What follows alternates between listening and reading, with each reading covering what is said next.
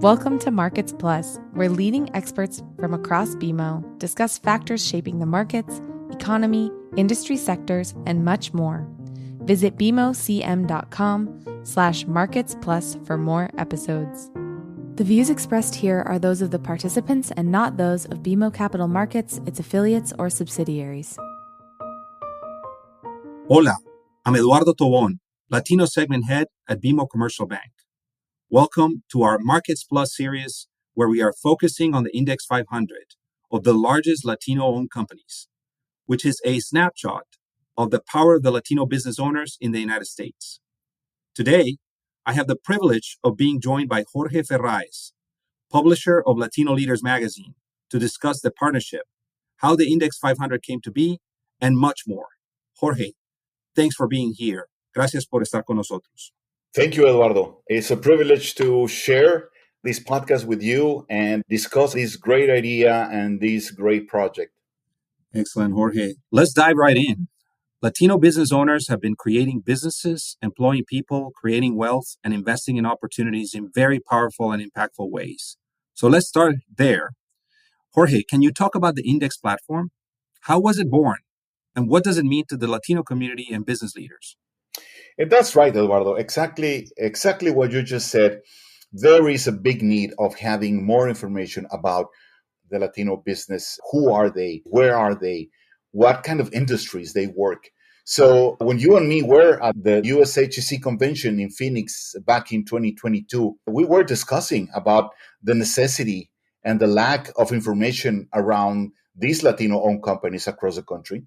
And that is when we came with the idea of maybe starting a list, a census, a vast research nationwide to see which were those companies that are, impacting the economy locally, regionally, and of course, give information about where is this all Latino-owned business going. So we started by dividing the country in different regions, and we assigned researchers to each of the regions to work with chambers of commerce, to work with business census, and to start finding literally under the rocks all those companies that were important, relevant in all these regions. And in 2023, we put together this list. And, the fortunate thing about you and BMO is that this list or this effort was needing the support of a bank, because a bank is one of those, organizations, Eduardo, that we have seen that can benefit maybe more of knowing this information. Why? Because a bank can support them to grow, to start new businesses, new lines, expand, and everything. So we published the 200 index in 2023. And then this year in February, we started with the Index 500. We expanded it to 500. And it has been a great project, I guess. And that's the main activity. Thank you for that, Jorge. My next question is around Latino-owned businesses contribute to growing the economy in a very recognizable way. Can you speak to that a bit more? Of course. Eduardo, we both know that there are 5 million Latino-owned businesses in this country. And 5 million compared to only 500 that we have in the index is a huge, huge gap. The thing is that these 5 million businesses most of them are very, very small businesses. The index tries to capture the largest ones, right? Because we start by index them through the revenue. So we go down, from the largest down to the smallest.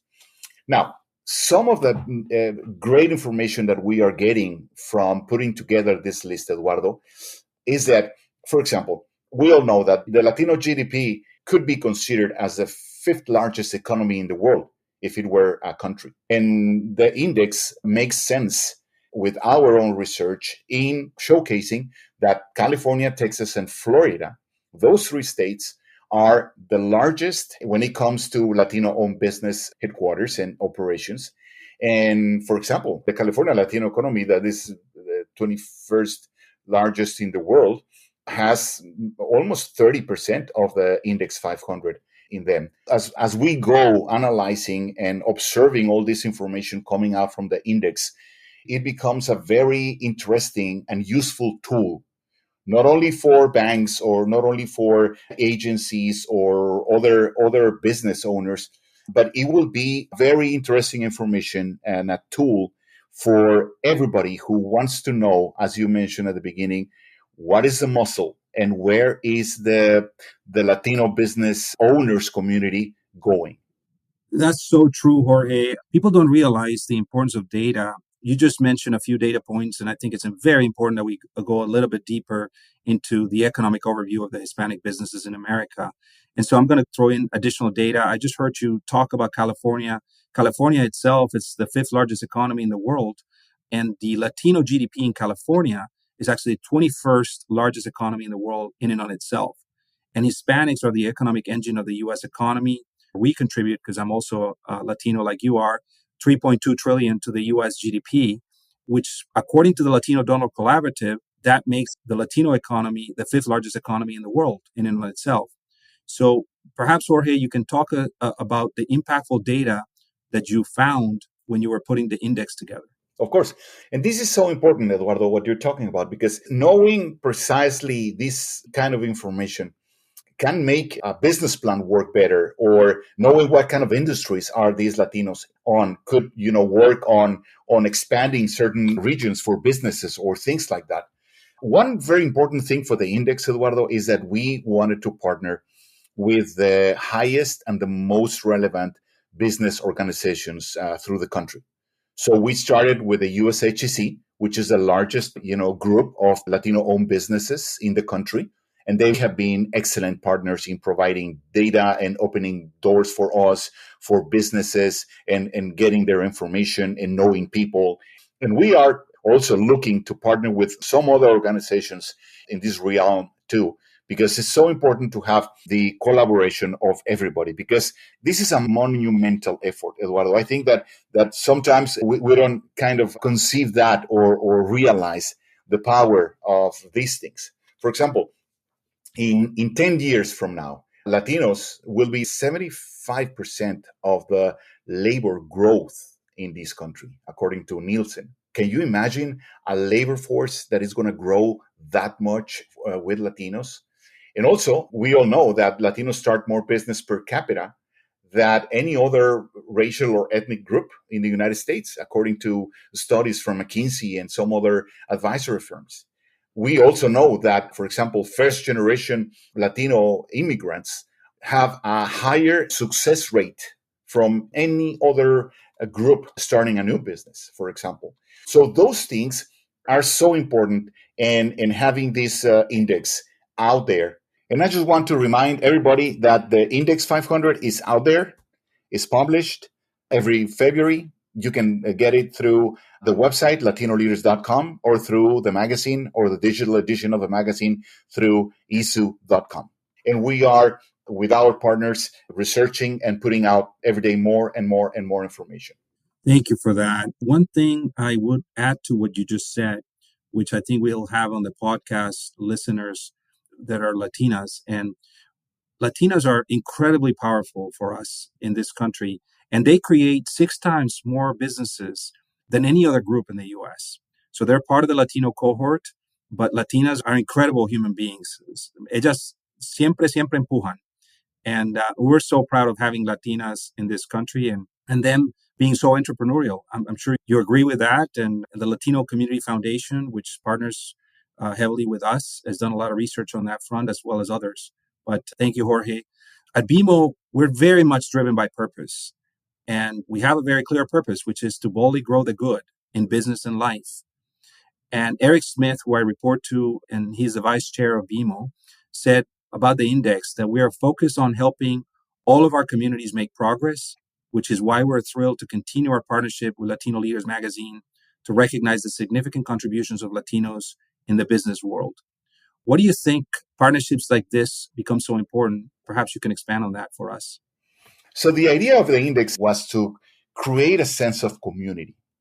If all the business owners, Latino business owners in the country, could have this sense of community and start gathering and getting together to put together, initiatives or to do things or projects or investments. And I think that underlying the effort of just putting out information through the index and offering that information for free to everybody is trying to create this sense of community. And that is why, since last year and this year, we're doing it even with more enthusiasm and more frequency. We are coming to many different cities and talk together and invite these communities to come with us. They will receive a recognition, but more important than the recognition is to have that conversation, that networking among ourselves and know each other, because that will also be a tremendous force for the future that will empower all these Latino business owners, Eduardo.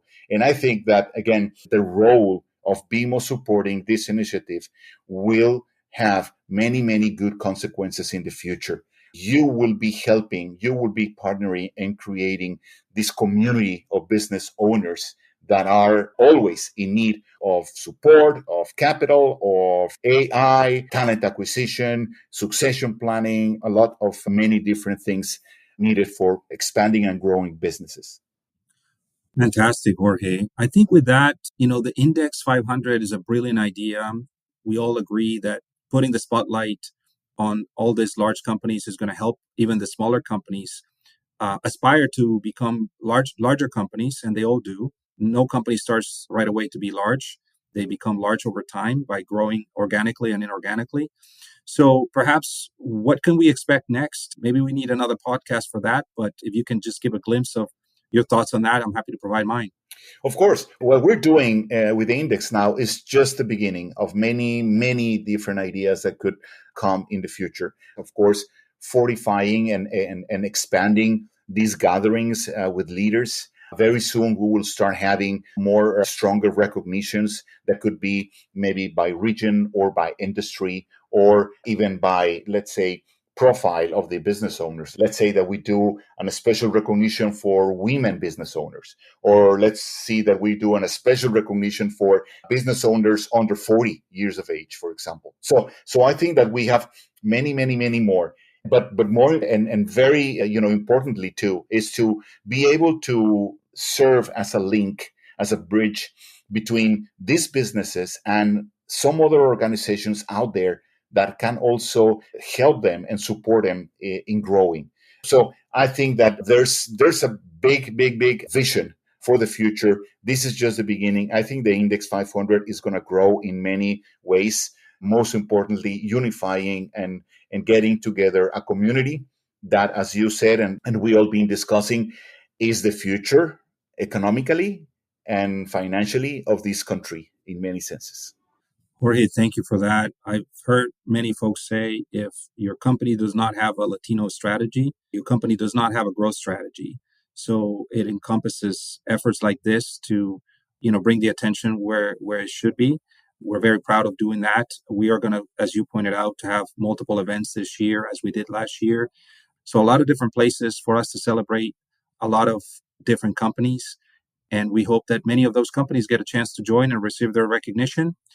As the 8th largest bank in North America, BMO is committed to helping expand possibilities for Latino-owned businesses. So thank you again, Jorge, for this great conversation. And thanks to everyone for listening. Until next time, hasta la próxima. Gracias. Gracias, Eduardo, and thank you for the BMO support for the Index 500. Thanks for listening. You can follow this podcast on Apple Podcasts, Spotify, or your favorite podcast app. For more episodes, visit bmocm.com/marketsplus. For BMO disclosures, please visit bmocm.com/podcast/disclaimer.